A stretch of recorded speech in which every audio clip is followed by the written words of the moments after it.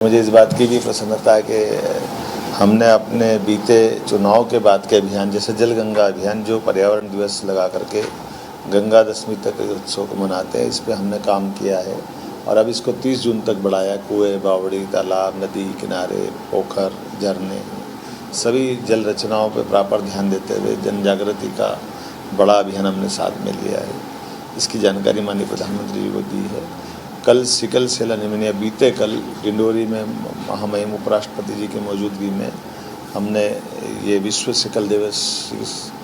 Sickle cell anaemia दिवस के अवसर पर होने वाले कार्यक्रम की जानकारी भी दी और मध्य प्रदेश सरकार ने इसको संजीदगी से लेते हुए माननीय महामहिम के साथ पूरे प्रदेश में हमने इसका अभियान लगाया हुआ है। और ये रक्त के विकार की बड़ी गंभीर बीमारी है। इस बीमारी में जागृति फैलाते हुए मरीजों को मदद करना, ये बड़ा संकल्प हमने दोहराया। मुझे इस बात की भी प्रसन्नता है कि यशस्वी प्रधानमंत्री के नेतृत्व में हमारे 2 नदी जोड़ो अभियान बड़े उनके माध्यम से मंजूर हो चुके हैं। उसमें से एक केन बेतवा नदी योजना हम अपने भूमि पूजन की तरफ बढ़ रहे हैं। मैं यूपी सरकार से मिलकर के माननीय प्रधानमंत्री से उसकी तारीख लेने वाला हूँ, जिसका पर हमको उसका लाभ मिलेगा। मैं उम्मीद करता हूँ कि जिस प्रकार से नई सरकार गठित हुई है और मध्य प्रदेश सरकार पूर्व गठित है, हम डबल इंजन की सरकार के माध्यम से मध्य प्रदेश की भलाई के लिए लगातार काम करते रहेंगे। मेरी अपनी ओर से शुभकामनाएं, सबको बधाई।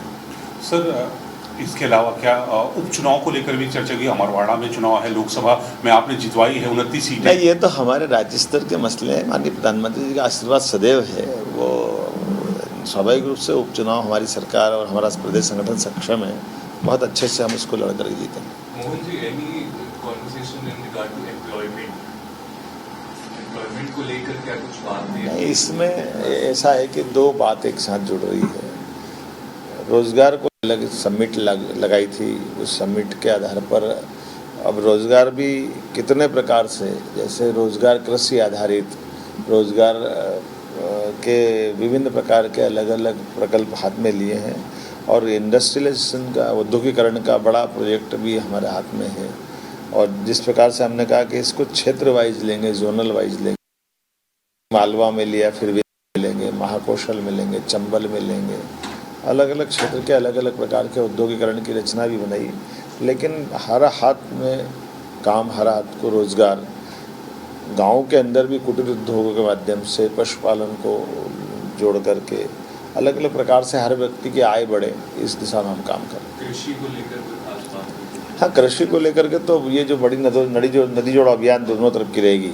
ये हमारा अभी नर्मदा घाटी की तरफ का बहुत बड़ा बेल्ट है, या बाण सागर के माध्यम से रीवा वाला बेल्ट लाभान्वित हुआ है। लेकिन चंबल और मालवा का बेल्ट, ये पार्वती काली सिंह चंबल योजना से बुंदेलखंड का इलाका केन बेतवा नदी जोड़ों के माध्यम से बड़ा लाभान्वित होगा।